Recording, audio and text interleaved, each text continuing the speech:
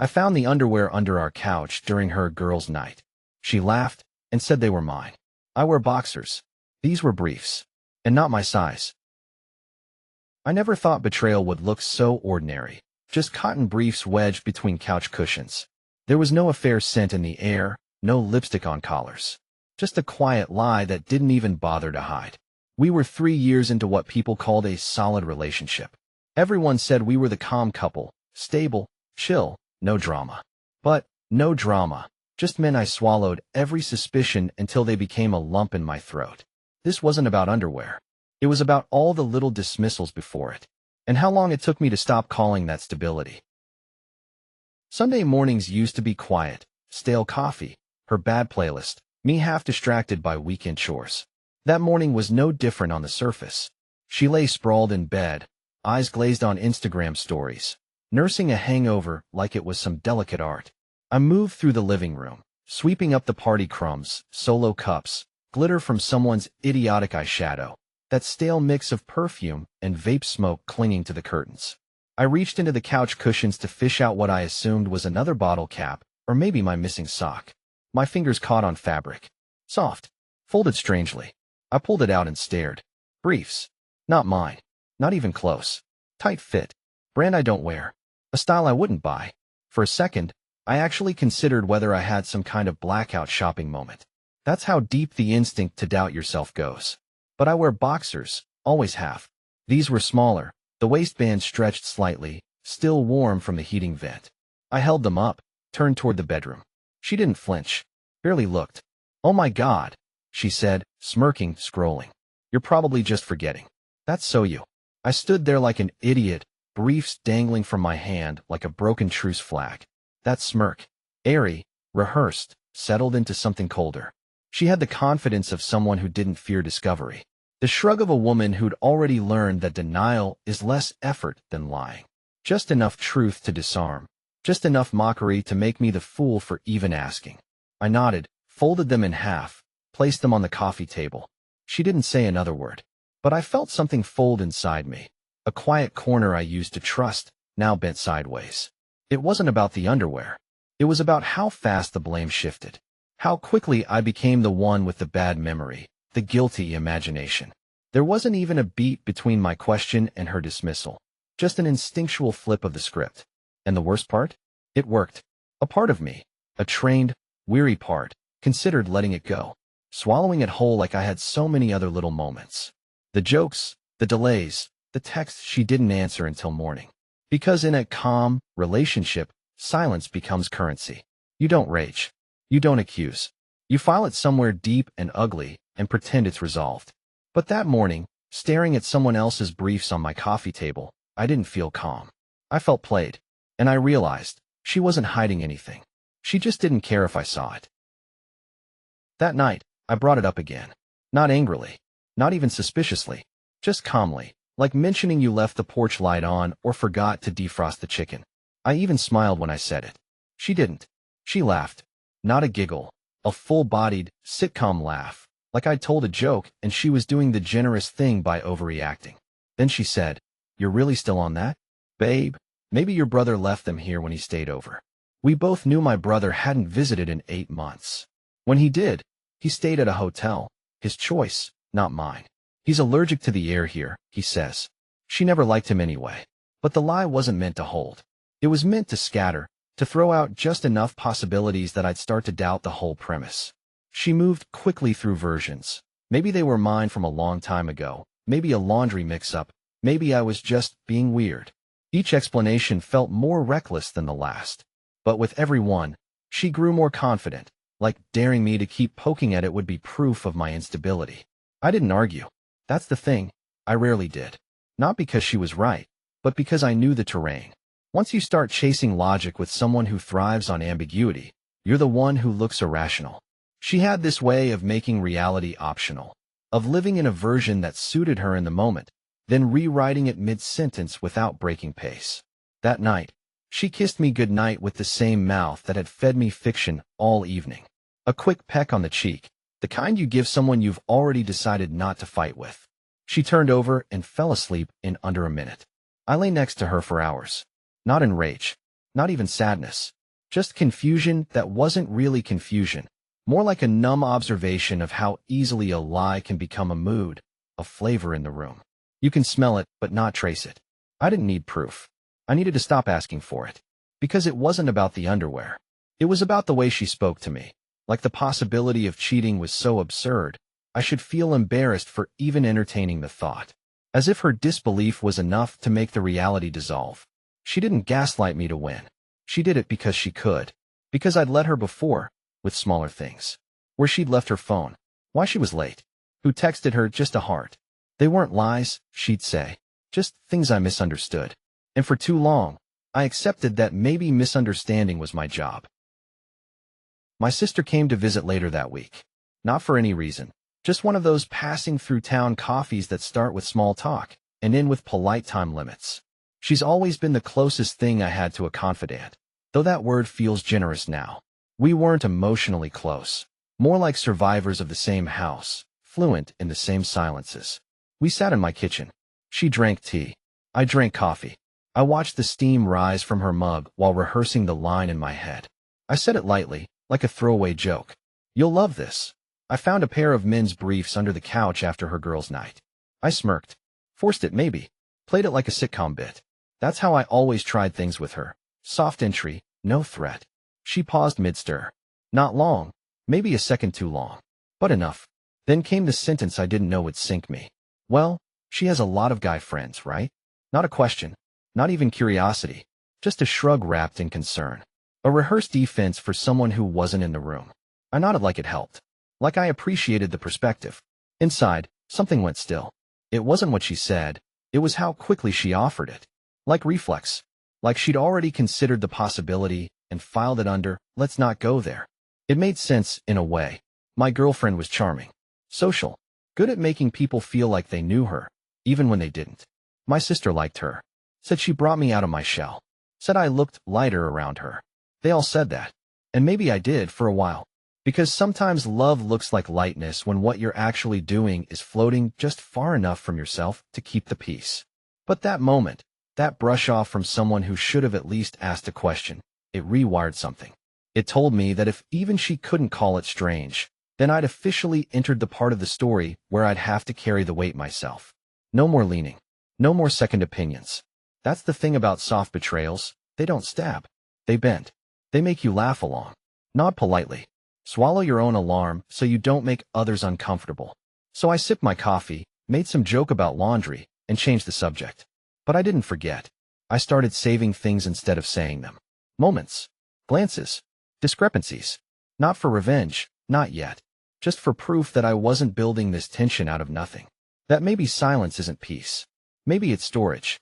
And mine was getting full. It started with the toothbrush. Not the briefs. Not the jokes. Not the offhand lies I'd already begun filing away like mental post-it notes. No, it was a guest toothbrush. Blue. Soft bristled. Sitting upright in the holder beside mine, like it belonged. I stared at it one morning while brushing my teeth. She was still asleep. The house was quiet. Sunlight came in at an angle that made everything feel overexposed. It wasn't mine. And it wasn't hers. She'd tossed the old guest 1 week ago. I remember because it had frayed bristles and green plastic. I threw it out myself. I remember because I made a joke about it shedding like a sick cat. She laughed. Now this one was here. Blue. New. Used. I asked her about it later, casually. She blinked once, then smiled. Oh, that? Must be an old one. Probably just forgot to toss it. Simple. Smooth. Like always. But I remembered throwing it out. And suddenly, I started noticing more. A half-empty water bottle wedged between the headboard and the wall. Not our brand. Not our flavor. An unfamiliar cologne lingering in the bathroom. Spicy, synthetic, not the subtle sandalwood I used. I wiped down the sink, and it came back the next day. These weren't smoking guns. They were whispers. Details. But that's the thing about lies. They never arrive loudly. They creep in through the cracks and rearrange your reality while you're trying to remember where you left your keys. I didn't confront her. Not because I didn't care, but because I finally understood the choreography. She didn't argue with accusations. She performed them out of existence. Eye rolls, exaggerated confusion. That, are we really doing this, tone that makes you feel like a child scolded for asking too many questions. I'd played this scene too many times. I bring a detail. She brings a fog machine. So I stopped performing. I let the moments accumulate like dust under furniture. Easy to ignore, impossible to unsee once found. I started mentally timestamping things. Not for confrontation. For clarity. To map the story that wasn't being told, but lived between toothpaste caps and cup placements. The tiny mismatches that said, someone else was here. Someone she didn't feel the need to hide. Because I'd long since been trained not to look. This wasn't an affair. It was a slow withdrawal from truth. A quiet abandonment of shared space. And once you start noticing the toothbrush, everything else becomes a pattern. The lie doesn't grow louder. It just stops pretending to whisper. I used to replay memories to feel close to her. Now I replay them to audit my own blindness. It started accidentally, a passing thought, a flicker of something odd from 6 months ago. But once I cracked open that mental archive, it played on loop, and every rerun looked different. The time she got a text during dinner, screen glowing briefly in her lap. She turned it over before I could see who it was. Said it was work. Smiled. The necklace she wore after her business trip to San Diego. Delicate, silver, unfamiliar. I asked if it was new. She said, "Oh, this old thing," and laughed like the question itself was cute. I told myself I was overanalyzing. I believed it. I wanted to. Then there was my birthday dinner. The one where she picked the place, picked the wine, picked at her food. She barely spoke. Said she was tired. I spent the whole evening wondering if I'd done something wrong. I hadn't. But I'd been trained to assume so. Each memory came back like a postcard with a different message scrawled over the original one. I didn't miss clues, I dismissed them. Or more accurately, I was taught to. Because when someone constantly reframes the narrative, you stop trusting your version of events. You hand over the editing rights. You give them the pen and convince yourself their handwriting is just neater. Looking back, I realized I didn't have a girlfriend. I had a PR agent. She managed perception like a full-time job. Smoothed over rough edges with charm. Curated smiles for friends, jokes for family, affection in public.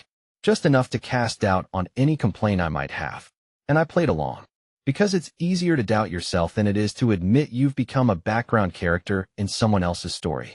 She was always camera ready. I was always holding the equipment. Even now, it wasn't the underwear that kept echoing in my head. It was the quiet confidence with which she dismissed it. Like she'd been there before. Like I was just another mark in a well-rehearsed routine. I stopped trying to explain things to myself. Stopped needing full confirmation. Because when the story's already written, you're not looking for evidence. You're looking for the part where you finally decide to walk off the set. And I was getting close. She suggested we host game night. Just a few people, she said, already scrolling through invites, already planning drinks and playlists before I'd even said yes. I nodded. Not because I wanted to, but because saying no would have raised more questions than it answered. And I wasn't ready to have questions with her anymore. That night, people filtered in one by one, wine bottles clinking in tote bags, laughter echoing a little too loudly for such a small apartment. Everyone smiled. Everyone hugged. Everyone pretended the air wasn't thick with something unspoken. Then he walked in. Tall. Athletic build. Black hoodie. He smiled at her like they'd shared jokes I hadn't heard. And when he made his way to the kitchen, he opened the correct cabinet on the first try. "Where do we keep the mugs again?" he asked. Then opened the mug cabinet without waiting for an answer. I clocked it. So did she, though she didn't flinch. Just laughed and called him an idiot, smacked his arm in that casual, friendly way that makes you feel insane for reading into it. I said nothing. Just watched the whole thing unfold like theater. A play I was seated front row for, but not cast in. The evening dragged. Cards Against Humanity. Pizza. Someone spilled wine, and we laughed like it was hilarious. But the tension was under the table, tucked into body language and sideways glances. I noticed she overcompensated. She kept touching me, hand on my leg, kiss on the cheek, laughing too loud when I said something mildly funny. It felt like a cue. Like she needed everyone to see the image. Like she wasn't trying to convince me, but the room. And it worked. Everyone saw the happy couple. The shared glances. The easy rhythm. No one noticed the way he lingered in the hallway when she left to grab something. No one noticed how fast she reappeared, hair slightly out of place. Or maybe they did, but chose not to register it. Like the mind refusing to see a shadow move in the mirror. I wasn't angry. I wasn't even surprised. What I felt was clarity. That night wasn't about having fun. It was a control reset, a narrative tightening. She invited everyone into the lie so it would look more real, so that if I ever cracked, they'd remember this night. The warmth, the affection, the man who smiled too much to be suspicious. She thought I'd keep playing along, that I'd accept her version of the story because too many people were now inside it. What she didn't realize was, I'd already left the story. I wasn't reacting. I was recording. It happened at dinner with mutual friends. 6 of us, a long table, candles flickering like we were all starring in a commercial for adulthood. Someone cracked a joke about house parties. Someone else mentioned messy mornings. And right on cue, she jumped in. "Oh my God," she said, wine glass in hand. One time he thought I was cheating because he found some random underwear under our couch. Laughter. Not explosive, but enough. Polite chuckles, raised eyebrows, someone muttering classic. Even Dave, my old friend, grinned and shook his head. That hurt more than I expected. I smiled too. Because what else can you do? She delivered the line like a seasoned comic. Timing, voice, eye roll. A practiced rhythm designed to deafon the moment. I'd seen her do it with other stories. Flatten sharp truths into anecdotes. Spin tension into amusement. Except this time, the story was mine. She took the one moment I hadn't yet decided how to process, the quiet shame of holding something that didn't belong to me, and turned it into a crowd pleaser. No mention of the days I lay awake. The spiral of doubt. The way she looked at me like I was broken for asking a question she didn't want to answer. None of that made the cut. Just the laugh. Just the punchline. I watched her across the table. She looked relaxed. Accomplished. Like she'd filed it all away. Transformed an accusation into a memory. A threat into a joke. And me into the fool who once mistook betrayal for confusion. That's when it snapped. Not in rage. Not in confrontation. But in something cleaner. I stopped needing her to explain. Stopped looking for an opening to speak. Stopped hoping someone would see through her. Because now I understood the rules. She didn't need to prove she was right. She just needed to convince the room I was overreacting. Once that's achieved, truth becomes optional. So I let her have it. I sipped my drink. Smiled at Dave. Made a joke of my own about how laundry mysteries are part of couple life. Everyone laughed. Relief on their faces, crisis averted, vibe restored. But inside, I felt weight lift. Not the grief. The obligation. I wasn't going to defend myself anymore. I wasn't going to correct her stories or hint at other sides. That wasn't strategy. That was surrender disguised as engagement. The real power wasn't in shouting the truth. It was in letting her keep the stage, while I quietly exited the building. She thought I was still playing, but I had already dropped the script. 2 nights later, she stayed out late. Dinner with coworkers, she said. No time for questions, just a quick kiss and heels clicking down the hall. I nodded, turned off the TV, and stood in the quiet apartment for a long time. Then I got up, washed the sheets, wiped down the bathroom counter, took the briefs, yes, still in the drawer where she'd stuffed them after laughing them off, and folded them carefully into a plastic dry cleaning bag. Wrote her name on the tag. No message, no sarcasm, just her full name in block letters. The next morning, I dropped them off at a place 3 blocks away. Gave them her number. Said nothing. 2 days later, she got the call. I heard her in the kitchen. Confused at first, then irritated. She walked into the room holding her phone like it had offended her. "Did you send my name to a dry cleaner? With some random underwear?" I looked up from my laptop. "They called you." "Yeah. Apparently, I have something ready for pickup." "Must be a mix-up," I said. She stared at me like she was trying to read a language she hadn't studied. I held the look. Calm. Not smug. Not mocking. Just done. She called me petty. Said it was immature. Said it wasn't helping us grow. Us. I didn't respond. Not because I didn't have something to say, but because saying anything would drag me back into the orbit of her language. Her spin. And I'd finally stepped out of it. The dry cleaner didn't matter. The underwear didn't even matter anymore. What mattered was the shift, the microscopic rotation in power. I stopped asking her to see me. I started making her feel what she thought she could erase. She lived by lies so comfortably because they were never required to stand on their own. They could float, unexamined, unchallenged, protected by charm and social gravity. So I gave the lie some weight. Made it physical, traceable, with her name attached. A call from a stranger, a garment she couldn't explain, a consequence that didn't arrive in a fight or a tearful plea, just a dry tag and a voicemail. She thought silence meant retreat. But silence can also be a mirror. She wanted to frame me as paranoid, emotional, dramatic. But how do you spin a dry cleaner calling about someone else's briefs in your name? You don't. You flinch. And for once, she was the one without the narrative. She went on a yoga retreat. That's what she called it. A long weekend in the mountains with her wellness group, which I assumed was a curated mix of filtered selfies, chai lattes, and plausible deniability. She kissed me on the forehead before she left, said, "Don't miss me too much." I didn't answer. As soon as the door clicked shut, I stood still for a moment. Listened. Let the quiet confirm itself. No footsteps. No keys turning back. Just silence. Then I moved. Not in a rush. Not with panic. But with a kind of surgical calm I didn't know I had in me.